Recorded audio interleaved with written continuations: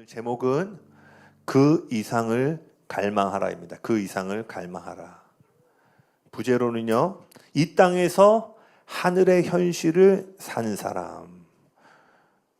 이 땅에서 하늘의 현실을 사는 사람. 우리 한번 이렇게 선포해 볼까요? 그 이상을 갈망하라. 그 이상을 갈망하라. 자, 좀 더 큰 목소리로요. 그 이상을 갈망하라. 알마멘. 네. 여러분 정말 지금 여러분이 서 있는 곳보다요, 오늘 이 시간을 통해서 저 너머에 있는 하나님 나라에 우리에게 예비되어져 있는 놀라운 하나님의 은혜와 축복들을 갈망하시고 여러분 삶에 실제가 되어지는 은혜가 있기를 예수님으로 축복합니다. 여러분, 하나님이 우리를 왜 창조하셨을까요? 그리고 오늘 저와 여러분을 향한 하나님의 목적이 무엇일까요? 아주 오래전에 제가 중고등학교 시절이었던 것 같은데요. 목적이 이끄는 삶이란 책이요, 한국 교회 전체 안에 어마어마하게 이렇게 화두가 되어졌던 적이 있어요. 뭐 농담식으로 교회 다니는 사람 책장에는 한 권쯤 꽂혀 있을 책이다 할 정도로, 그게 왜 그렇게 한국 교회 안에 그 목적이 이끄는 삶이란 책이 사람들의 마음 가운데 와닿았을까요? 뒤집어서 얘기하면은요, 많은 사람들이 교회를 다니고 있지만 자신의 삶을 향한 하나님의 목적을 발견하지 못한 그런 목마름이 있었기 때문이라고 저는 생각되어져요. 그런데 제가 사역을 쭉 하고 보니까요, 제가 중고등학교 시절이나 지금이나 크게 다름이 없음을 보게 돼요. 아마 여기 계신 분들 저랑도 많이 교제했으니까 이것이 무엇을 의미하는지 아실 거예요. 교회를 5년, 10년, 뭐 그 이상을 다녔음에도 불구하고 우리 안에 하나님이 나를 지으신 목적이 무엇일까에 대한 해결함이 없으므로 우리 신앙 가운데 그런 목마름을 갖고 있는 것들을 보게 됩니다. 물론 이 주제에 대해서 다룰 수 있는 것들이 상당히 많이 있지만요, 분명한 한 가지가 있어요. 그것은 뭐냐면, 하나님이 오늘 여러분을 향해 갖고 계신 계획은요, 여러분이 인간적으로 생각하고 구하는 것과 비교할 수 없을 만큼 크고 놀랍다는 것입니다. 아멘. 에베소서 3장 20절입니다. 여러분 다 암송하셨죠? 저희가 한 주에 한 구절씩 묵상하려고 하는데 첫 번째 이제 이 암송 구절이 3장 20절이었는데, 암송하신 분들은 보지 마시고 오늘 저런 말씀 있구나 이렇게 하시는 분 앞에 보시고 우리 한번 같이 고백해 볼까요? 시작. 우리 가운데서 역사하시는 능력대로 우리가 구하거나 생각하는 것에 더욱 넘치도록 하실 이에게. 아멘. 하준이가 아주 정확하게 엄마 눈 가리고. 와, 여러분 이 구절 너무 놀랍지 않아요? 제가 이게 지금 이 설교의 가장 앞부분이잖아요. 컴퓨터 앞에서 이 구절을 딱 치는데요, 멈추게 돼요. 와, 놀랍다. 나를 향한 그 아버지의 기대함과 기쁨으로요, 설교를 다음 글자를 치기가 싫은 거예요. 그래서 뭐예요? 그 구절에 머무는 거예요. 그러면서 제가 생각할 수 있는 모든 구하거나 생각하는 것에 넘치도록 주고 싶은 마음들을 묵상하는 거예요. 저에게는 어떤 거예요? 제 자녀들을 향한 마음들이 있죠. 저 자녀들이 구하고 생각하는 것보다 저는 더 주기를 원하죠. 지나가는 말로 아빠 얼음 깨기 게임하고 싶어 하면 당근에 바로 검색을 해서 사주지 않아도 되지만 제가 막 중고 거래를 하러 가서 짜잔 해주죠. 네, 계속 했으면 좋겠는데. 그 마음이 뭐예요? 이런 구절들 앞에서 나를 향해 벅차오르는 마음으로 내 삶을 인도하기 원하시는 아버지의 마음을 묵상하는 거예요. 아멘. 이 구절은 읽을 때마다 너무 좋습니다. 이 구절이 정확하게 우리를 향해 얘기하고 있는 건 뭐예요? 지금 여러분이 어느 정도 믿음의 수준에 오르셨고 어느 정도 차원에서 하나님의 실제를 경험하고 있는지 모르지만, 분명한 것은 지금 여러분이 경험하고 느끼는 것보다 비교할 수 없을 만큼의 하나님은 여러분을 향해 놀라운 꿈과 계획을 갖고 계신다라는 거예요. 아멘. 근데 많은 사람들이 하나님의 목적을 생각할 때 주로 그것을 내가 무엇을 해야 할까라고 생각을 많이 해요. 좀 더 구체적으로는요, 내가 어떤 직업을 갖고 하나님께 영광을 돌릴 것인가를요, 나를 향한 하나님의 목적으로 생각을 하게 돼요. 저 역시도요, 어린 시절에 하나님의 목적, 하나님의 부르심을요, 이렇게 내가 무슨 일을 해야 될까? 구체적으로는 어떤 직업을 통해서 하나님께 나아가야 될까에 초점을 맞췄어요. 물론 우리가 무슨 일을 하고 어떤 직업을 갖는가는 중요합니다. 그리고 그것이 우리를 향한 하나님의 목적과 부르심이 구체화된 모습이에요. 그렇지만 이것은 우리를 향한 목적의 일부분임을 여러분이 기억하셔야 돼요. 하나님의 목적은요, 지금 여러분이 어떤 직업을 갖는 것보다 훨씬 더 크다라는 것을 기억하셔야 돼요. 아멘? 그래서 성경을 보면은요, 하나님 단 한 번도 누군가의 직업에 대해서 네가 의사가 되라, 운동선수가 되라, 음악가가 되라는 이런 식의 직업에 대해서 얘기하신 적이 단 한 번도 없어요. 예수님은 직업에 대해서는 단 한 경우로만 언급하셨어요. 언제죠? 직업을 버리고, 너의 직업을 버리고 나를 따라오라고 하셨어요. 즉 예수님에게 부르심의 핵심은 우리가 어떤 잡을 갖고 하나님께 영광을 두느냐가 아니에요. 그 잡을 버릴 정도로 예수님을 사랑하고 있는가가 그 부르심의 가장 본질적인 부분임을 얘기하고 있는 거예요. 할렐루야. 우리 어린이 친구들 오늘 예배 잘 드릴 수 있죠? 오늘 잘 드리면 전사님 끝나고 뭐 주스? 네.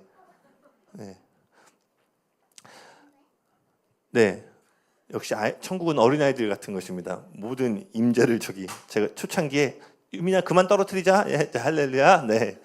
제 딸입니다. 네. 할렐루야. 방향을 잃었습니다. 네. 여러분 근데요, 저와 여러분을 향한 하나님의 목적은 복잡하지 않아요. 내가 일로 가야 되나 절로 가야 되나 이 잡을 가져야 되나 저 잡을 가져야 되나. 우리는 복잡한데요, 성경은 우리의 목적에 대해서 아주 분명하고 단순하게 얘기하고 있어요. 그것이 뭐냐? 로마서 8장 29절입니다. 로마서 8장 29절. 혹시 없나요? 저 한번 찾아보실래요? 로마서 8장 29절. 여러분이 만약 이 로마서 8장 29절이 풀리면은요, 여러분이 무슨 잡을 갖냐, 내가 A로 가야 되냐 B로, 이것이 전혀 고민되지 않는 하나님의 동행하심을 경험하게 될 거예요. 로마서 8장 29절. 이것이 오늘 저와 여러분을 향한 하나님이 우리를 이 땅에 창조하시고 오늘을 살아가게 하는 궁극적인 목적임을 여러분 보시길 바랍니다. 우리 같이 한번 읽어볼까요? 시작. 하나님이 미리 아신 자들을 또한 그 아들의 형상을 본받게 하기 위하여 미리 정하셨으니. 여기까지만 읽겠습니다. 자, 뭐라고 되어 있어요? 하나님이 미리 아신 자들, 여러분입니다. 저와 여러분이에요. 근데 무엇을 위해? 그 아들의 형상을 본받게 하기 위하여 창세전에 미리 정하셨다라고 이야기하고 있어요. 오늘 성경은요, 저와 여러분을 향한 하나님의 궁극적인 목적이요, 예수님을 닮는 것이다 라고 얘기를 해요. 이 땅을 걸으셨던 예수님과 동일한 삶의 방식을 소유한 것, 그것이 오늘 저와 여러분을 향한 목적이라는 거예요. 그렇기 때문에 우리를 향한 그분의 목적은 무엇인가를 한 것이 아니라 어떠한 존재가 될 것인가에 관련된 것이라는 거예요. 그래서 여러분, 우리를 향한 하나님의 목적의 본질은 이 땅에 예수님을 나타내는 거예요. 리프레젠트하는 거예요. 이 땅을 걸으셨던 예수님과 동일한 삶의 방식을 가짐으로 예수님을 다시 나타내는, 프레젠트하는 거예요.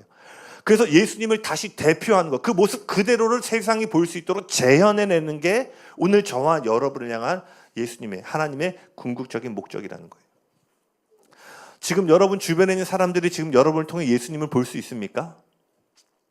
아멘? 안 돼도 아멘 크게 하시면 그게 될 줄로 믿습니다. 네, 아멘. 여기 계신 모든 분들이 그리스도의 향기가 나는 삶을 사시는 분들임을 예수님으로 선포합니다. 근데 이 일들이 어떻게 일어날 수 있죠? 오직 믿음으로만. 믿음으로만 우리는 그분을 볼 수 있고 그분 안에 거할 수 있어요. 그래서 보이지 않는 그분을 볼 수 있는 유일한 길은 믿음임을 우리는 알고 있습니다.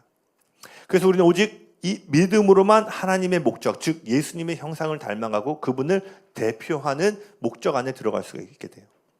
그런데요, 이러한 일이 왜 우리 삶에 더디 이루어질까요?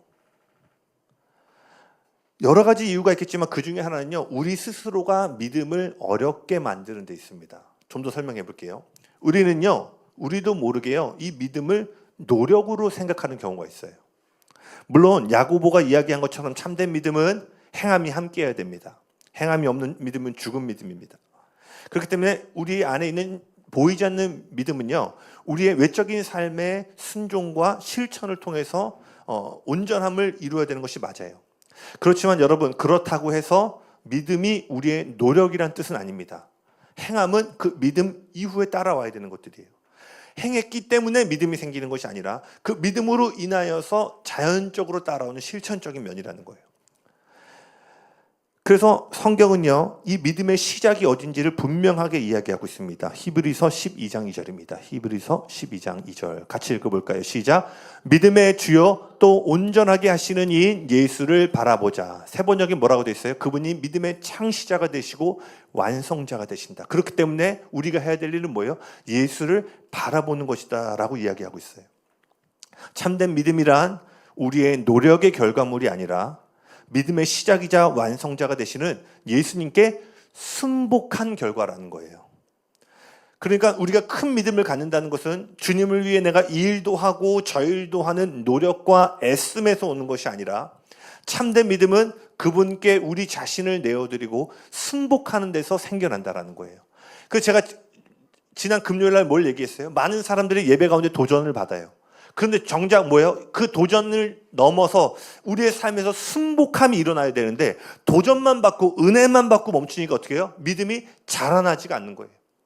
오늘 여러분 큰 믿음을 갖기 원하십니까?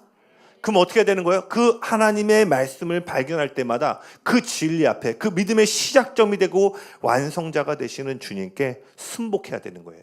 놀랍지 않아요? 우리가 뭔가를 함으로써 믿음이 생기는 것이 아니라 무언가를 할 수 있음에도 불구하고 하지 않기로 결단하고 하나님 앞에 모든 주권을 내어드릴 때 믿음이 생겨난다는 거예요. 여러분 기억하셔야 돼요. 그래서 순복함이 없는 우리의 노력과 열심, 순복함이 없는 영적인 깨달음은요, 종교를 만들 뿐이에요. 이러한 신앙은 절대로 예수님을 대표할 수 없습니다. 겉으로 볼 때는 신앙이 열심히 있고 남들이 인정할 만한 헌신과 섬김의 모습이 있을지라도요, 사람들은 그 사람을 통해서 절대 예수님을 볼 수가 없습니다. 왜냐하면요, 순복함이 없는 열심과 영적인 깨달음은요, 결국에는 자기의라는 열매를 맺기 때문이에요.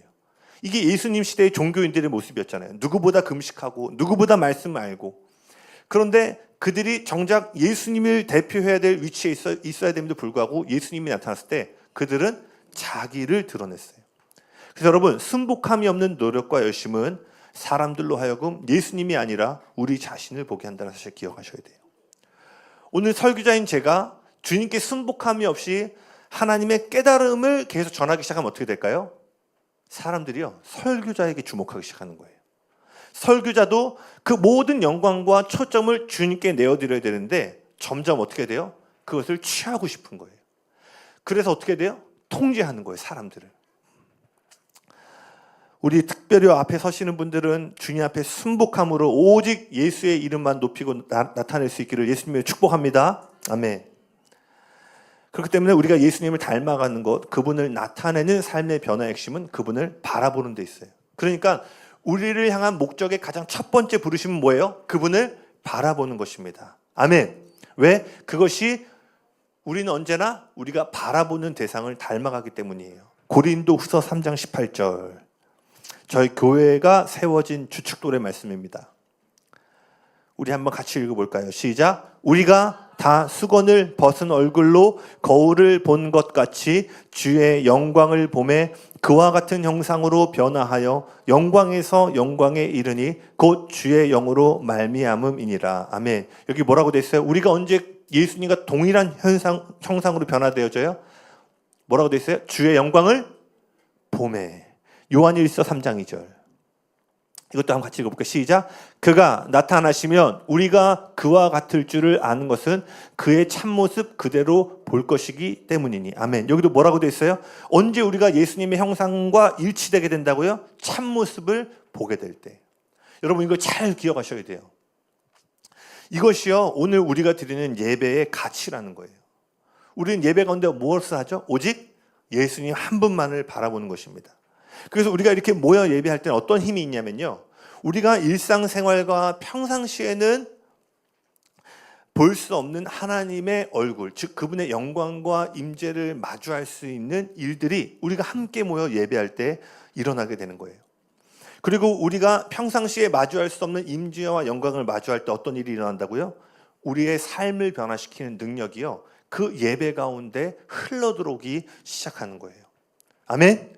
그래서 왜 예배가 중요한지 아시겠어요? 왜 예배자들이 중요한지 아시겠어요? 이 예배 또는 예배자들은요, 단지 말씀 듣기 전에 우리의 마음을 여는 찬양, 저는 준비 찬양이라는 말 정말 싫어하는데 성경 어디에도 준비 찬양 없습니다. 찬양이 전부입니다. 죽고 보좌에서 우리가 영원히 할 일은 찬양하는 것입니다. 아멘? 그러니까 이 앞에서 예배하는 예배자들의 역할은 뭐냐면요, 한두 곡 찬양 들려주는 사람들이 아니에요. 이 앞에서의 예배에서의 핵심은 뭐냐, 또 우리가 함께 모여드린 예배의 핵심은요, 평상시에 마주할 수 없는 삶의 변화의 능력이 풀어지는 장소라는 거예요. 아멘. 그렇기 때문에 이 교회 가운데 그러한 변화의 능력을 풀어내는 하나님의 예배와 예배자들이 계속 일어날 수 있기를 기도 부탁드리고, 일어날 것들을 믿음으로 선포합니다. 그래서 여러분, 예배는 단순히 멀리 서서 하나님에 대한 노래를 부르는 것이 아님을 기억하셔야 돼요. 예배란 단순히 찬양하는 것을 넘어서 하나님 자신을 바라보고 그분을 깊이 묵상하며 그분을 직접 섬기는 자리로 나아가는 것이에요.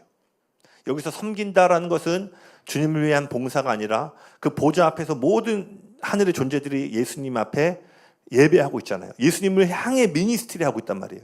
그러니까 예배란 우리도 그와 같이 하나님의 보좌 앞에 직접 나아가서 그분을 섬기는 그 자리로 나아가는 것이라는 거예요. 그리고 이러한 환경 속에서 우리 내면의 믿음의 변화가 일어나는 거예요. 우리는 예배를 통해 하나님의 목적, 즉 그분을 닮아가는 것과 그분을 닮은 사람들만이 일으킬 수 있는 변화의 환경을 만들어 나가게 되는 거예요. 그래서 이것이 이 교회의 궁극적인 목적이에요. His presence changes everything. 그분의 임재가 모든 것을 변화시킨다라는 것이 제가 이러한 가치 위에서 갖고 있는 고백이에요. 하나님의 임재가 이 가운데 너무나 강력해서 언젠가 고백했죠. 설교자도 설교할 필요가 없을 정도로 하나님의 일하심을 마주하는 일들, 이 교회 가운데 경험되어질 수 있기를 간절히 사모하고 선포합니다. 아멘. 여러분, 마태복음 6장에 보면은요, 우리가 잘 아는 주기도문이라는 말씀이 나오죠. 자신들에게 제자들이 어느 날 예수님 찾아와서 우리들에게도 주님 기도를 가르쳐 주십시오라고 할 때 예수님이 가르치신 이 기도의 내용을 우리가 잘 알고 있는 주기도문이라고 하는 내용이 나옵니다. 그 주기도문의 내용이 어떤 게 나오죠? 나라가 임하시오며 뜻이 하늘에서 이루어진 것 같이 땅에서도 이루어지리이다. 여러분 잘 아시는 말씀이죠. 저도 어린 시절에요, 이 말씀을 수십 년에 걸쳐서 고백했어요. 보통 사도신경으로 예배 시작하고 마칠 때 이제 주기도문으로 마치는 그런 형식에서 제가 이제 쭉 자랐기 때문에요. 그럼 초등학교 때부터 성인 될 때까지 날마다 예배 마칠 때마다 주기도문을 이렇게 암송하고 고백했는데요. 저는 단 한 번도 그걸 암송하면서 하늘이 이 땅에 임한다라는 것에 대한 어떤 이해나 갈망을 가진 적이 단 한 번도 없었어요. 아마 성령강림 주일 지나고 제가 주기도문 시리즈를 좀 할 것 같은데, 여러분도 한번 질문해 보세요. 우린 너무나도 익숙하고 너무나도 반복적으로 사용해져서 주기도문의 능력을 잃어버린 채 그냥 앵무새처럼 외우고 있는 모습에 빠질 가능성이 높습니다. 근데 제가 그랬던 거예요. 나라가 임하시면 이때 뭐야? 주방에서 막 음식 냄새 나고 빨리 밥 먹을 생각하고 뜻이 하늘에서 이루어진 것처럼 땅에서 이루어진다? 저에게 어떤 감동도 주지 못했어요. 지금은 너무나 많이들 알고 있는 내용이지만요, 제가 그때는 하늘이 땅에 임한다는 개념을 알지 못했던 거죠. 근데 이제 제가 알게 된 것은 이거예요. 여러분 잘 보세요.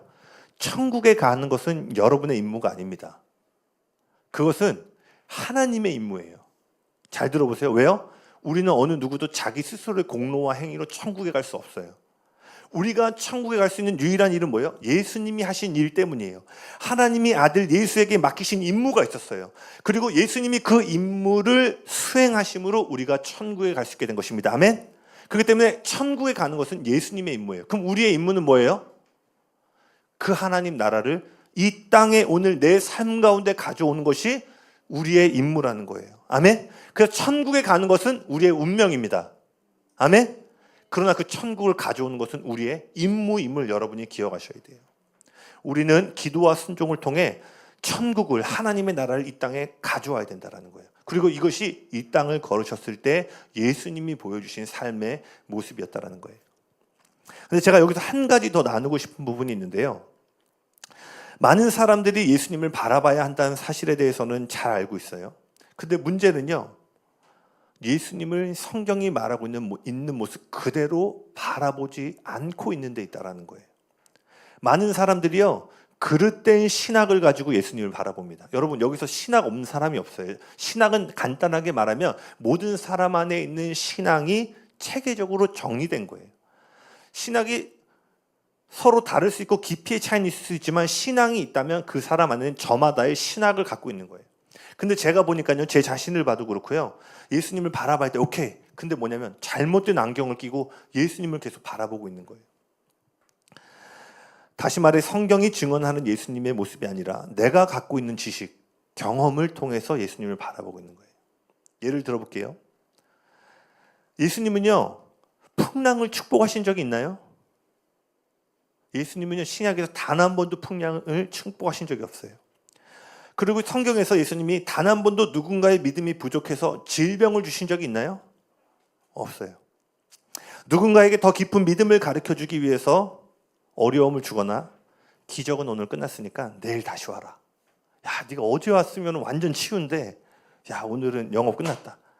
그런 적이 단 한 번도 없으셨어요.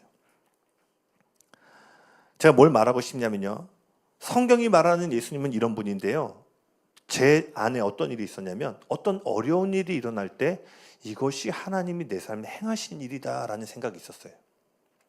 물론 어떤 부분 그럴 수도 있겠지만 제가 갖고 있던 건 뭐냐면요, 제가 갖고 있던 신학은요, 철저하게 나의 행위를 근거로 하나님을 바라보는 데 있었다라는 거예요. 그러니까 이런 관점에 어떤 문제가 생기냐면 제가 주님 앞에 분명히 나아가는데 제 믿음 저변에는요, 내가 똑바로 살지 못하면 내 삶에 어려움이 닥쳐와 공경을 겪게 될 거다라는 두려움이 되게 기저에 자리 잡고 있는 거예요. 그래서 심지어는요, 어려운 일이 생기면 주변 사람들이 나를 어떻게 생각할까라는 두려움이 생겨서 일을 숨기기도 했어요. 기억나시나요? 제가 청년 시절에 자동차는 사역을 의미한다. 그리고 차 사고가 나면 어떤 해석들이 나오냐면 저 친구 지금 사역에 문제가 있네. 지금은 웃어 넘기는데요. 그래서 제가 어느 날 차 긁었는데 아무한테도 얘기하지 않고 혼자 수리하고 왔어요. 지금 웃잖아요. 그게 두려움인 거예요. 내가 또 뭐를 잘못해서 막 계속 질문하는 거예요. 근데 사실 우리 자신을 돌아보면 부족함이 늘 있잖아요. 그러니까 내가 이걸 잘못해서. 잘 보세요. 하나님이 그 일을 통해서 말씀하실 수 있는 전능하신 분이십니다. 근데 내가 긁은 일에 대해서, 다시요, 그 사고의 저자가 하나님이라고 생각하시면 안 돼요. 하나님은 우리의 아픔을 통해서 말씀하실 수 있어요. 근데 하나님이 그 아픔을 통해서 말씀하신다고 해서 그 아프고 고통스러운 일의 저자가 하나님이라고 생각해서 안 된다는 거예요. 근데 제가 그때는 정립이 안 돼 있으니까 이런 사고가, 예를 들어서 내가 만일 핸드폰을 보다 차 사고가 났어. 그럼 누구 잘못이에요? 내 잘못이잖아요. 근데 그걸 어떻게 해석하는 거예요? 내가 뭘 잘못해서. 제가 맹장 수술했는데 하나님이 너에게 말씀하시는 것이 있다. 할렐루야. 물론 그 과정을 통해서 하나님이 말씀하실 수 있어요. 근데 제가 만약 그렇게 믿기 시작하면 어떻게 돼요? 나는 이제 말 안 들을 때마다 병 걸리는 거야. 분명히 예수를 바라보는데 저는 어떻게 돼요? 내 행위를 근거로 두려운 예수님을 계속 바라보니까 변화가 일어나지 않게 된다는 거예요. 그러나 어느 날 제가요, 예수님이야말로 하나님 아버지를 가장 완벽하고 정확하게 나타내시는 분임을 깨닫게 되었어요. 그리고 그날 이후에요, 제 안에 명확한 기준이 하나가 세워졌습니다. 이것이 지금까지도 제 신앙의 아주 중요한 그 기준점 중에 하나인데, 그게 뭐냐면 내가 하나님에 대해서 안다고 생각하는 것이 무엇이든지 그것이 예수님의 인격과 사역에서 발견할 수 있는가를 보는 거예요. 여러분이 지금 하나님의 뜻이라고 말하고 생각하는 것 중에요, 예수님의 인격과 사역에서 발견되지 않으면 질문하셔야 된다는 거예요. 심지어 이 앞에서 설교하는 설교자에 대한 메시지조차도요, 과연 저 메시지가 예수님의 인격과 사역에서 나타나는가? 잘 따라오고 계시죠? 안 그러면요, 구약의 패러다임으로 살아요. 구약의 패러다임 뭐예요? 지키면 복을 받고요, 지키지 못하면 저주를 받는 거예요. 그래서 구약에서는 한 번 말을 안 들으면요, 애 어른 할 것 없이 하나님이 심판의 잣대를 내세요. 왜냐하면 구약에서는요, 우리가 죄를 이길 능력이 없었기 때문에 구약의 핵심은 죄와의 철저한 분리였어요. 그런데 신약에서 핵심은 뭐예요? 죄인들이 예수님께 가장 가까이 나아갑니다. 구약에서는 돌 맞아 죽고 심판받아야 될 대상인데 신약에서는 뭐예요? 메시지가 바뀐 거예요. 왜? 죄를 이길 능력이신 예수님이 우리 안에 오셨기 때문에. 아멘. 그래서 오늘 여러분의 모든 믿음의 기준을요, 누군가가 했던 말, 어떤 유명한 목사님, 설교자가 아니라 예수님의 인격과 사역에서 계속 조율해 나가야 된다는 거예요. 그리고 제가 이 과정을 겪으면서요, 제 안에 모든 하나님을 향한 두려움이 제거되기 시작했어요. 할렐루야. 네, 원치 않으세요? 제가 그렇게 됐다. 저는 모든 두려움에서 자유케 되었습니다. 아멘. 그렇게 보이지 않으세요? 저는 이제 뭐 없어도 기대가 돼요. 하나님을 기대하고. 아멘. 저의 고민 단지 그거예요. 내가 이 올바른 음성을 듣고 가는가에 대한 고민인 거지. 제 안에 모든 두려움을 몰아내는 예수님의 사랑이 있습니다. 아멘. 네. 그리고 제가 예수님에 관해서요, 저의 마음을 사로잡는 부분 중에 하나가 뭐냐면 요한복음 5장 19절이에요. 요한복음 5장 19절 찾아보겠습니다. 요한복음 5장 19절. 요한복음 5장 19절.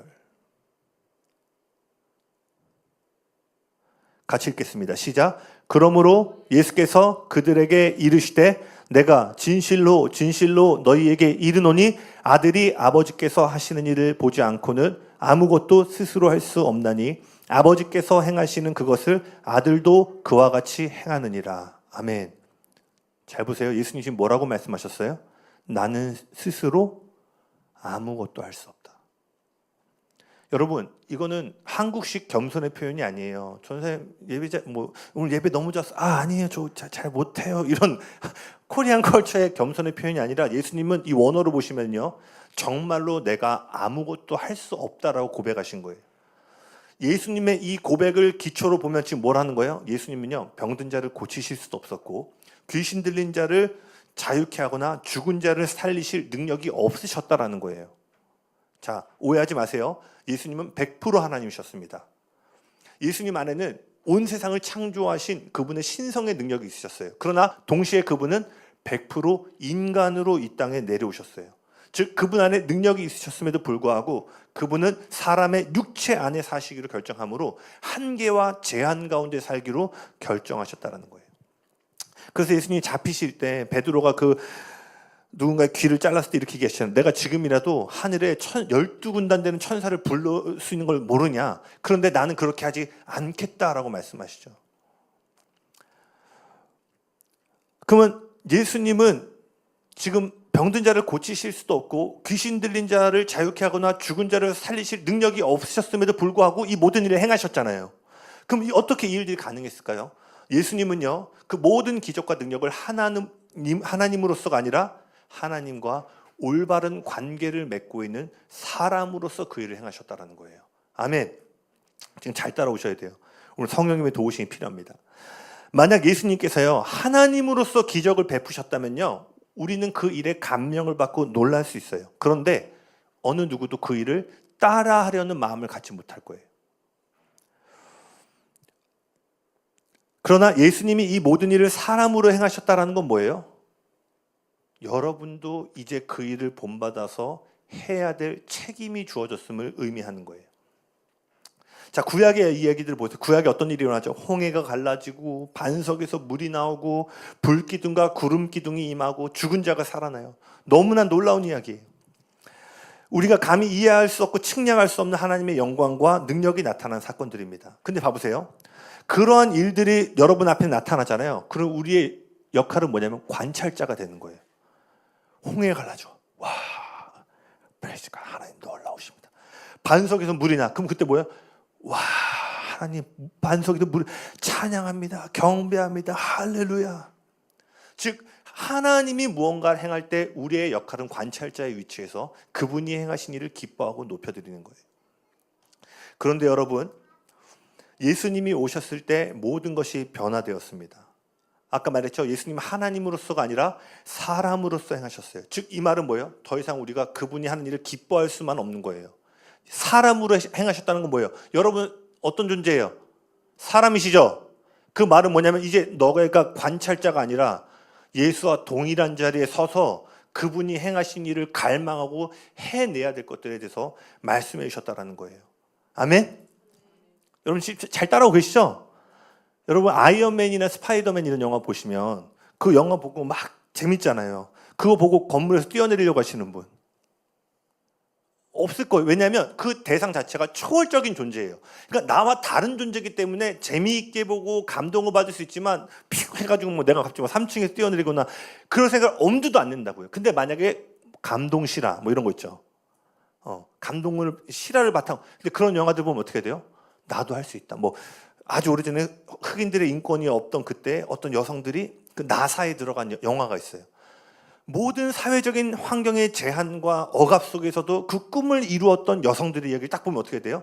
지금 나도 그와 같은 상황인데 저들이 했다면 나도 할 수 있겠구나. 그래서 다큐멘터리나 실화는 뭐냐면 우리 안에 막 용기를 불어넣어주죠.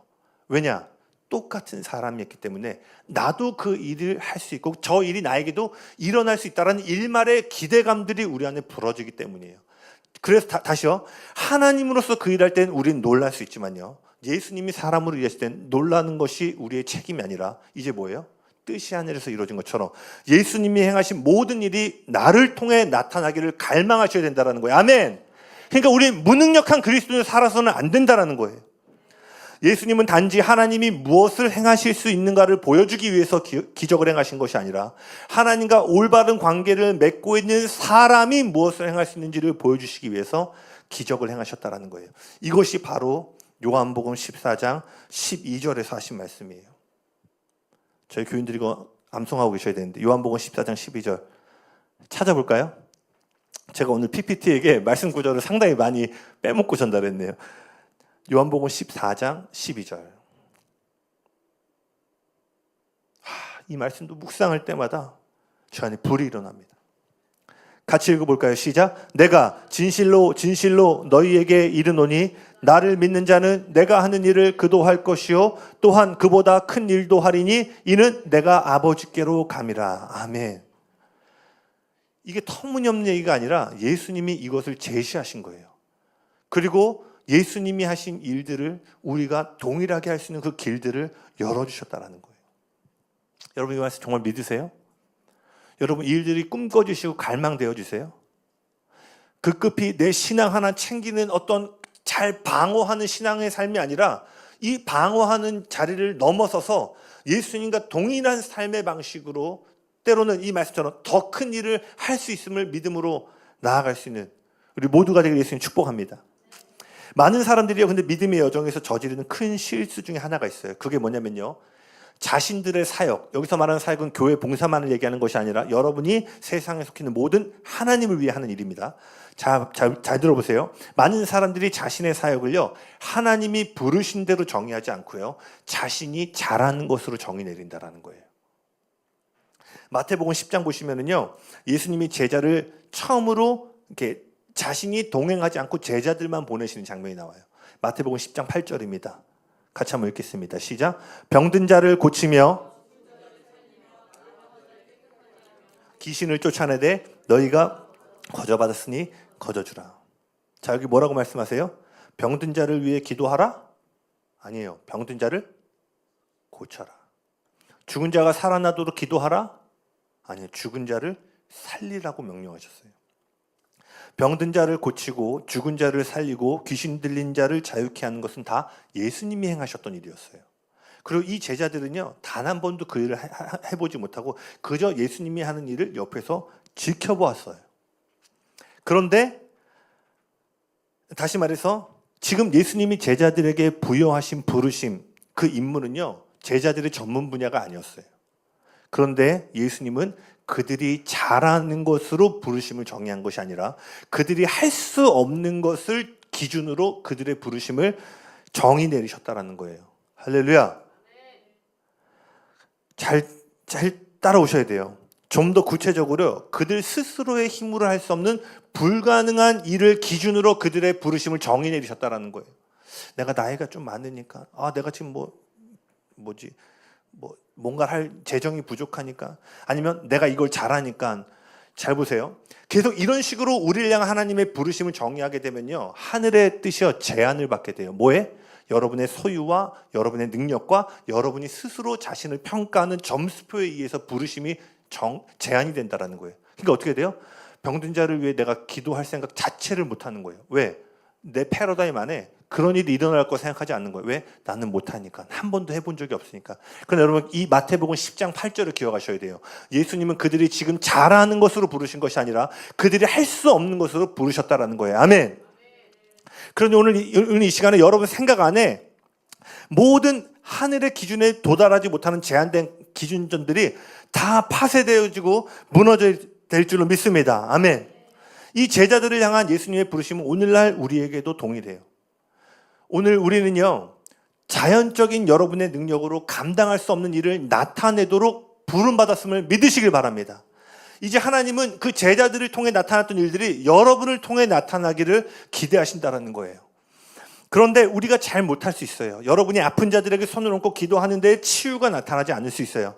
그러나 제가 여러 차례 얘기했던 것처럼 여러분이 그것을 잘 못 해낸다고 해서요, 예수님이 우리에게 보여주신 하늘의 기준을 바꿀 권한이 없다는 것을 기억하셔야 돼요.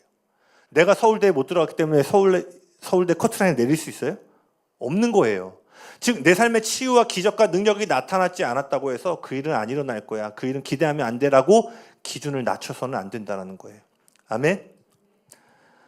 잘 들어보세요. 기준은 내가 아니라 예수님이십니다. 아멘? 그렇기 때문에 성경의 기준을 여러분의 경험의 수준으로 낮춰서는 안 된다는 거예요. 만약에 우리의 경험이 성경의 기준에 맞지 않을 때는 성경의 기준을 끌어내려야 돼요? 아니면 나의 경험의 수준을 성경의 기준으로 올려야 돼요? 아멘. 즉 우리가 지금 해야 될 것은요, 우리가 그러한 하나님의 경험을 하지 못할지라도 성경이 말하고 있고 예수님이 말씀하고 있는 그 기준에 우리의 경험을 맞춰 올려야 된다는 거예요. 그리고 우리는 이 일을 평생에 걸쳐서 계속해서 이뤄나가야 됩니다. 그렇다면 예수님은 스스로 아무것도 할 수 없으셨음에도 불구하고 어떻게 그 놀라운 일들을 행하셨을까요? 예수님은 어떻게 하나님 아버지와 그 올바른 관계를 맺으실 수 있을까요? 여기는 두 가지 특징이 있는데요. 첫 번째는 예수님에게는 아버지와 자신의 사이를 가로막는 죄가 없으셨습니다. 그 두 번째는 뭐냐면 성령의 능력을 전적으로 의지하심으로 성령을 통해서 일하셨어요. 이것이 예수님의 인성의 매우 중요한 두 가지 특징입니다. 즉 우리 안에 이 인성의 두 가지 특징이 일어나면요, 예수님과 동일한 일을 할 수 있다는 거예요. 자, 그런데 봐보세요. 예수님은 죄가 없으셨는데 오늘 우리도 어떻게 됐어요? 예수님의 보혈로 인해서 죄인이 아니라 의인이 되었습니다. 아멘. 우리의 영 안에서는 죄의 문제가 해결되었습니다. 죄와의 싸움이 있지만 우린 죄에서 자유케 되어졌어요. 그러니까 즉 예수님의 인성이 갖고 있던 첫 번째 조건은 우리도 해결이 된 거예요. 아멘. 그럼 남은 건 뭐예요? 우리가 얼마나 성령님을 전적으로 의지하는 삶을 살 것인가가 남아있는 거예요. 마가복음 9장에 보면은요, 귀신 들린 아이의 아버지가 제자들을 찾아와서요, 아들을 고쳐달라고 요청하는 장면이 있어요. 제자들은 사실 이 마을에 오기 전에 그와 같은 사역들을 계속 했기 때문에 당연히 이번에도 손을 얹고 기도하면 귀신 들린 자가 나음을 입을 거라고 생각했어요. 그래서 제자들이 손을 얹고 딱 기도를 하는데 이번에는 어떠한 축사와 기적들이 일어나지 않는 거예요. 제가 이 이야기에서 가장 도전되는 부분 중에 하나가 뭔지 아세요? 제자들은 기적이 일어나지 않을 때 놀랐다는 거예요. 우리는 기적이 일어나면 놀라는데 이 제자들은 그 기적이 너무나 상식이 되는 수준에 이르러서요, 기적이 안 일어날 때 놀랐다는 거예요. 여러분 도전되지 않으세요? 우리는 기적이 거의 없는 삶을 살다가 이따금씩 결정적인 어려울 때 막 금식하고 뭐에 사는 도시 할렐루야 막 그때 기뻐하고 놀랐는데 이들은 뭐예요? 기적이 일어나지 않을 때 놀랐다는 거예요.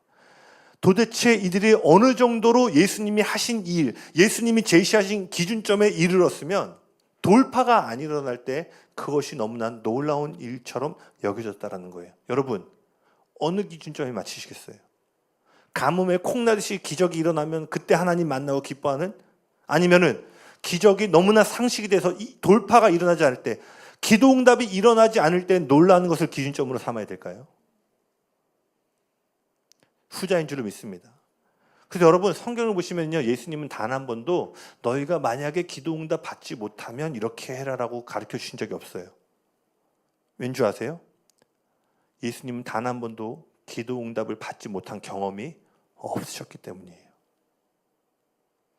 전 되게 놀라운 부분이었는데, 그분에게 기도는 언제나 응답받는 아버지와의 교제의 장소였기 때문에 기도 응답 받지 못한 경우를 설명하지 않으셨다라는 거예요. 그러니 이것이 우리의 기준점이 되어야 됩니다. 지금 나의 신앙 너머에 있는 하나님 나라를 갈망해야 되는 줄로 믿습니다. 아멘. 구약에서 가장 중심이 되는 이야기 중에 하나가 뭐예요? 애굽 땅에서 종살이하던 이스라엘이 출애굽하고 약속의 땅인 가나안까지 나아가는 이야기예요. 애굽은 어떤 삶을 의미하죠? 우리가 이전에 예수님을 모르고 죄로 인해서 죄의 종, 마귀의 노예로 살던 구원받지 못한 삶을 의미하는 게 애굽의 땅에서의 삶이에요. 그런데 여기서요, 보통 우리가 가나안 땅을 천국의 삶으로 생각하시는 분들이 있는데 가나안 땅은 천국의 삶이 아닙니다. 왜냐하면 가나안 땅에 누가 있었어요? 원수들이 있었어요. 천국에는 원수가 없습니다. 그럼 가나안 땅은 뭐예요? 하나님 나라의 자녀가 된 백성들이 이 땅에서 마땅히 살아야 할 삶의 방식, 라이프 스타일이 어떤지를 보여주는 것이 가나안 땅에서의 삶의 모습이에요. 즉 약속의 땅은 정상적인 그리스도인들이 어떻게 살아야 하는가를 보여주는 그림이라는 거예요. 근데 이 이스라엘 백성이요, 애굽에서 약속의 땅에 이르기까지 두 개의 강을 건너야 됐습니다. 하나는 홍해를 건너야 됐고요, 가나안 땅에 들어가기 전에는 요단강을 건너야 됐어요. 신약 성경을 보면은요, 이 홍해를 죄사함의 구원의 물세례였다라고 말해요. 즉 우리가 애굽에서 구원받는 자리로 나아갈 때 어떤 일이 일어나요? 구원의 세례가 있어야 되죠. 그렇다면 이 요단강은 뭘까요? 바로 성령님의 세례를 의미하는 거예요. 즉 우리가 하늘의 삶의 방식을 이 땅에 끌어오기 위해서는 성령님과의 인격적이고 깊이 있는 만남이 반드시 이루어져야 됨을 이 출애굽의 이야기가 우리에게 보여주고 있는 거예요. 다시 말해서 우리가 약속의 땅은요, 거듭날 뿐만 아니라 성령으로 충만한 그리스도인들이 이 땅에서 어떻게 살아야 하는가를 보여주고 있다는 거예요. 홍해를 건너고 그들이 광야에서 40년을 살았습니다. 근데요, 광야에서 그들은 날마다 기적을 경험했죠. 주목해야 될 부분이 있어요. 여기 잘 들어보세요. 광야에서의 기적은요, 그들을 생존하게 했습니다. 그런데 약속의 땅에서의 기적은요, 약속하신 유업이 실제가 되는 전환을 가져왔어요. 다시요. 광야에서의 기적은 그들을 생존하게 했습니다. 서스테인하게 만들었어요. 그러나 약속의 땅에서는 기적이 일어날 때마다 어떻게 돼요? 더 큰 땅을 소유하는 놀라운 번영이 일어나게 되었다라는 거예요. 광야는 하나님이 우리에게 주신 약속이 반드시 이루어질 것을 신뢰하고 믿을 것이 요구돼요. 맞죠? 아직 내가 이룰 것이 안 됐지만 광야에서 해야 될 일은 뭐예요? 약속의 땅이 있다. 하나님이 약속을 주셨다. 즉 그 약속은 지금 멀리 보이지만 반드시 이루어질 것이다라는 신뢰와 믿음이 요구되어져요. 그런데요, 약속의 땅에서는요, 약속이 언젠가 이루어질 거다라는 기대를 넘어서 그 약속이 오늘 내 삶에 현실이 될 것이다라는 믿음이 요구되어졌다라는 거예요.